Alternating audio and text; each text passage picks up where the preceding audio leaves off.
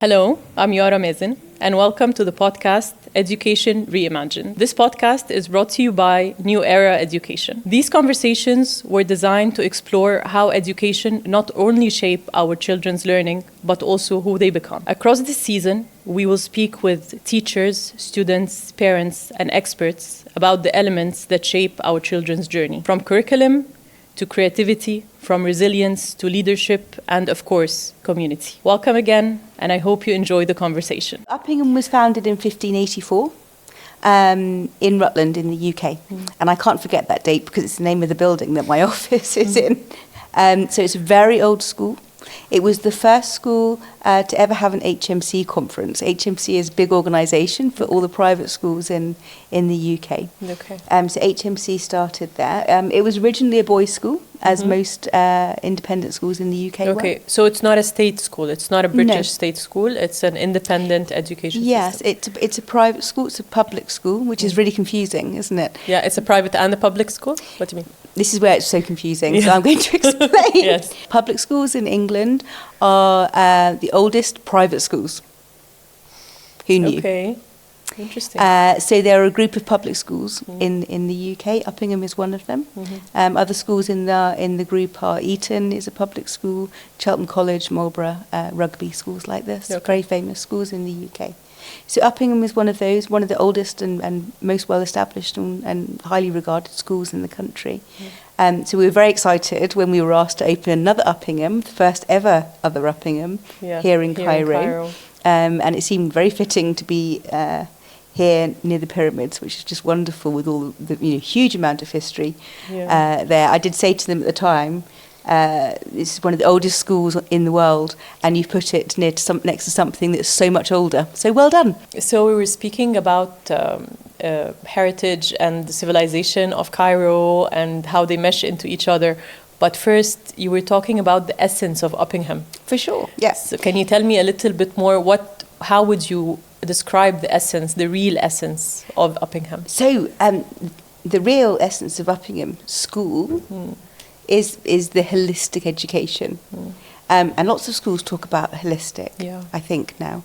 But it really was the first, I think, that was really taking that holistic vision was coming from the headmaster there. So it was one of the very first schools to look beyond the traditional subjects that perhaps we were talking about earlier, expanding children's horizons and looking at sport and all kinds of other endeavours to broaden that education. So that breadth of education that Uppingham was known for then, it's still known for now. So it's around finding those children's talents that we talked about earlier, which is what we've brought here to Cairo, and why I was so excited about this project, because it lines up so much with what I believe is important for children. Yeah, honestly, it's quite refreshing to know that years and years ago someone was looking at the holistic learning for children, because this is actually very progressive. Very, at the time, extremely so, extremely so. Can you tell me a little bit more about the dayboarding and how that factors in the architecture of time philosophy? For sure. So the thing about dayboarding is it's really important to us because it extends our school day. I don't like to say extended school day because it just sounds like more of the same, which it's not at all.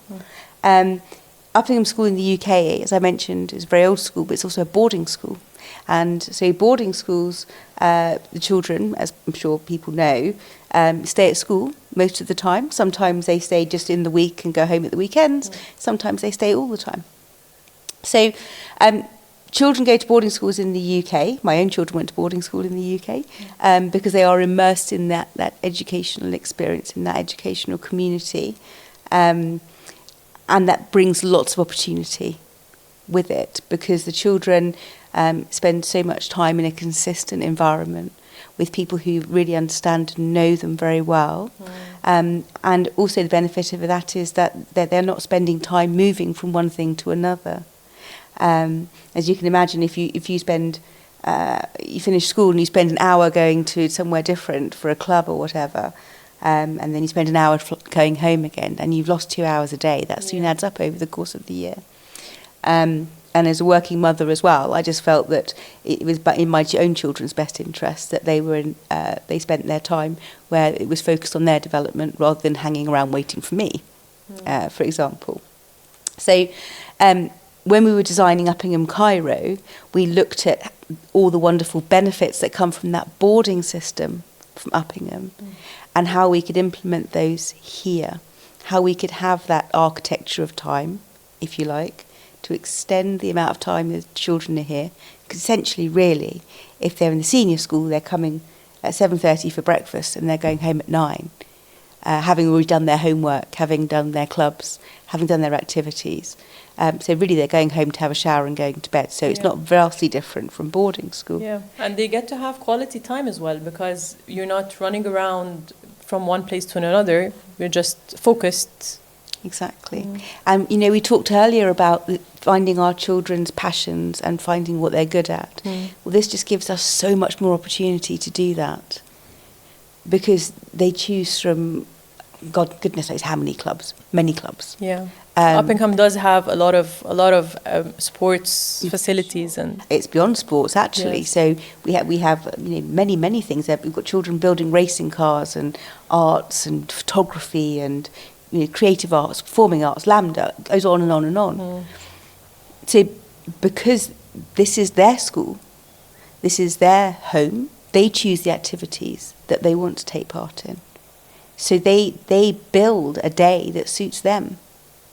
And it's not a fragmented day. It's a full-on day where they're focused and they're contained to flourish and with like the safety again created for them to flourish. Yeah. And because the boundaries here are consistent, because our expectations are very high of them, because we know they can.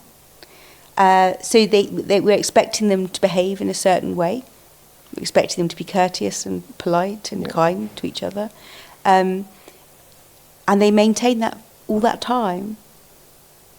So it's quite difficult, I think, for children to go from one environment like this, particularly if it's a little bit different to other environments in the area, to go from that to another environment that's completely different, where the expectations and boundaries are completely different, and then bounce backwards and forwards between the two. It's quite tricky. Yeah, and I'm sure it's harder as well on the parents. Well, for sure.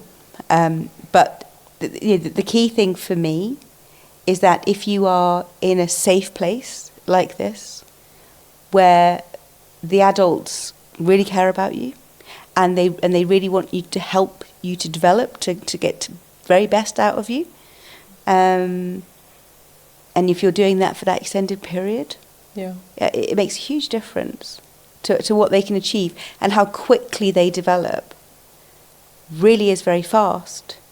So they join us in September, first term. Of course, they're adjusting. The expectations are different.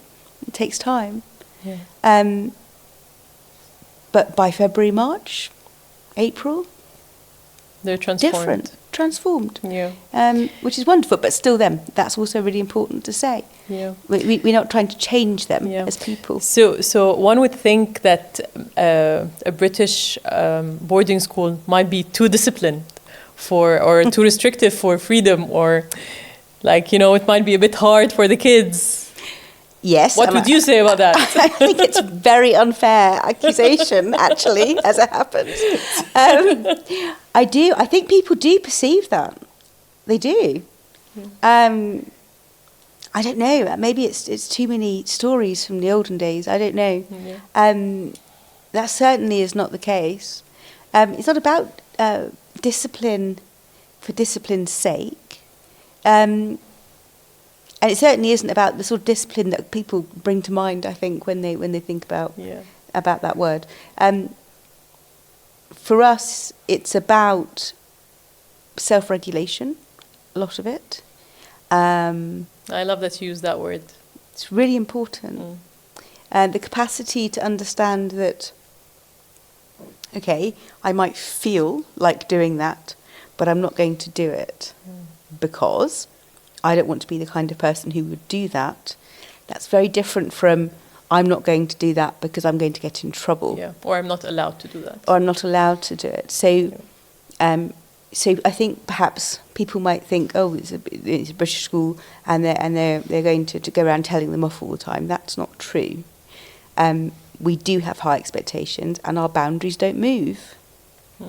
So, no, you are not allowed to be unkind to somebody else here. Of course not, because we're a community. Yeah, but who wants to be unkind, The rules exist so that everyone can live happily in a community, and we take time to explain why those rules exist. Yeah. They don't exist for adults to exert authority over children. They exist because we want children to be nice to other children, and we want them to grow up to be polite adults who people want to spend time with. So that's how it is. And so if they make mistakes, we will tell them, but we will also explain how they can do it better next time. So you mentioned earlier that you had your kids in boarding school.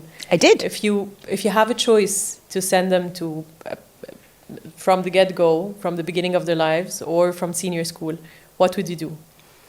I wouldn't send them to boarding school from the very beginning, for sure. But if I had to choose, because of course some families have to make choices around independent education, around private schooling. And of course, as a parent, I also made choices. Yeah. Sometimes people ask me or say to me, it's okay, we'll wait till later. We're going to save the investment in education until the senior school. Yeah. And my answer to that is, okay, great. Of course, everyone must do what they feel is right for their child. But for me, if I was going to choose, if I was going to invest in my child's education at a junior school age or a senior school age, I would always say junior school, always. Because that learning that they do from age 3 up to age 11 is really the foundations of everything. It's the bedrock of everything for them. So that early learning, that early experience of school is really life-changing. The characteristics we've already talked about quite a lot are developed so quickly in a junior school. That confidence about how easily I can learn really develops very, very early on. So I love going down to our nursery class, our 4s, which is our reception class, 5s, and seeing these little people, because they transform in weeks. Yeah, they're so fast. It's amazing to course. see. And I'm not being mean to my senior school children, they transform as well, of course. No, but of course, starting them young. Really important. And all those characteristics and that resilience and that confidence that they get from being in those very small classes with children who are like them and who are interested and curious about the world, with teachers who really understand each of those children very, very well, who are incredibly well trained, wonderful teachers that we have in the early years here. You just watch them flying and they're thriving. And that's something really special that's difficult to replicate the older they get. So that flying start is incredible. And then by the time they get towards the end of junior school, we're really seeing them ready for that senior school journey, and they have all that self-regulation that they need, that capacity to work hard that we talked about before, the ability to really understand what is necessary, to know what they need to do, and to want to do it. Yeah. That's what comes from the junior school, particularly, and it's wonderful to see. Really great. It is truly wonderful to hear. So, what kind of a person would you hope to see graduating from Uppingham Cairo? What I really want for Uppingham Cairo children is lots of different people, I hope. Yeah.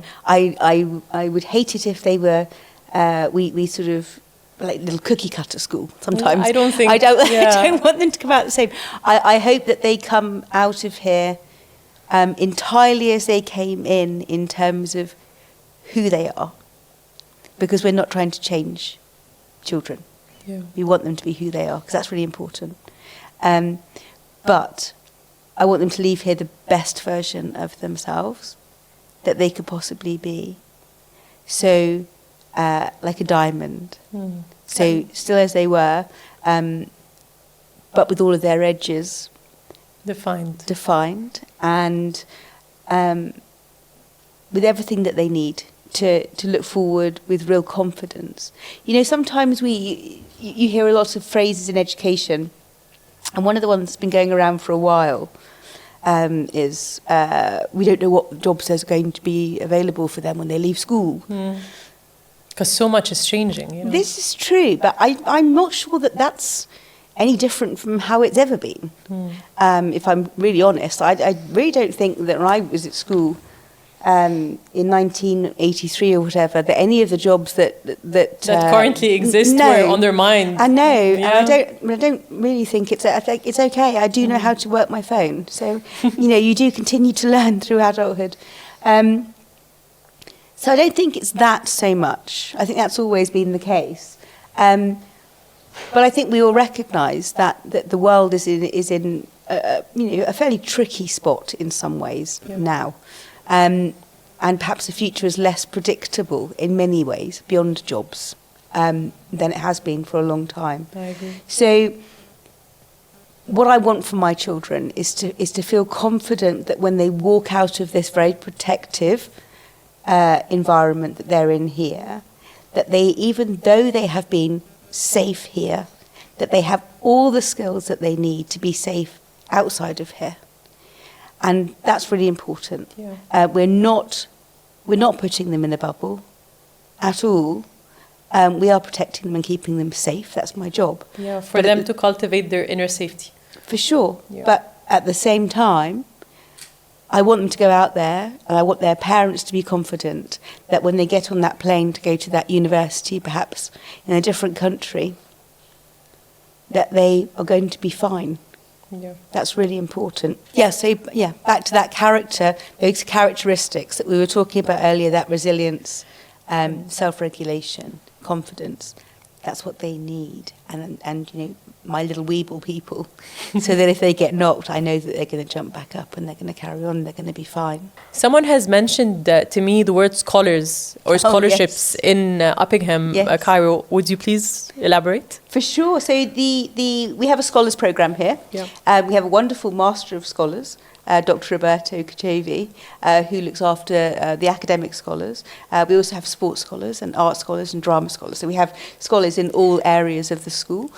These are children who've shown particular promise in those areas, and we have a programme to support them as part of what we were talking about earlier about finding our talents and nurturing those, which is very exciting. But the word scholars is an interesting one, isn't it? Because it doesn't just apply to the children who have the scholars tie. It applies to all of our children. And I think one of the things that is perhaps a little different about Uppingham Cairo here is the academic seriousness, the way that we approach scholarship as we see it, which is about real depth of study, depth of understanding, moving way beyond the memorising that we were talking about earlier, into really deep thought, critical thinking, creating their own understandings and narratives around subject matters, research and so on. These are the behaviours that we are looking for in our pupils, and we're very lucky actually, because in a few weeks' time some pupils from Uppingham UK will be joining us for this very purpose. That's wonderful. Yes, wonderful. So they're going to join some of our fourth form pupils who are in the first year of their GCSEs.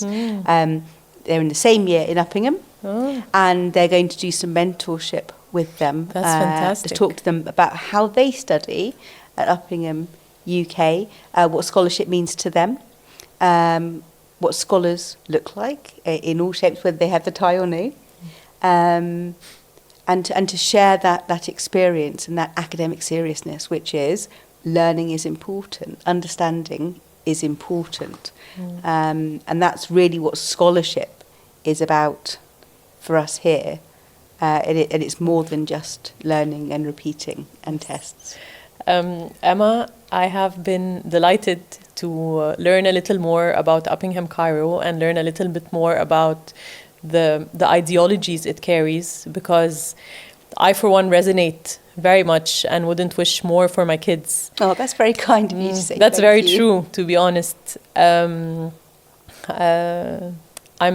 I hope this first episode has been beneficial for everyone that are listening and that are watching, and it was enjoyable for you as well. For sure, it's been really fun. Thank you so much. I have enjoyed it very much. Yes, Thank and you. I'm happy to be kicking off this series with this special episode. Thank you very much. My pleasure. I hope to see you again soon. Take care. Thank you.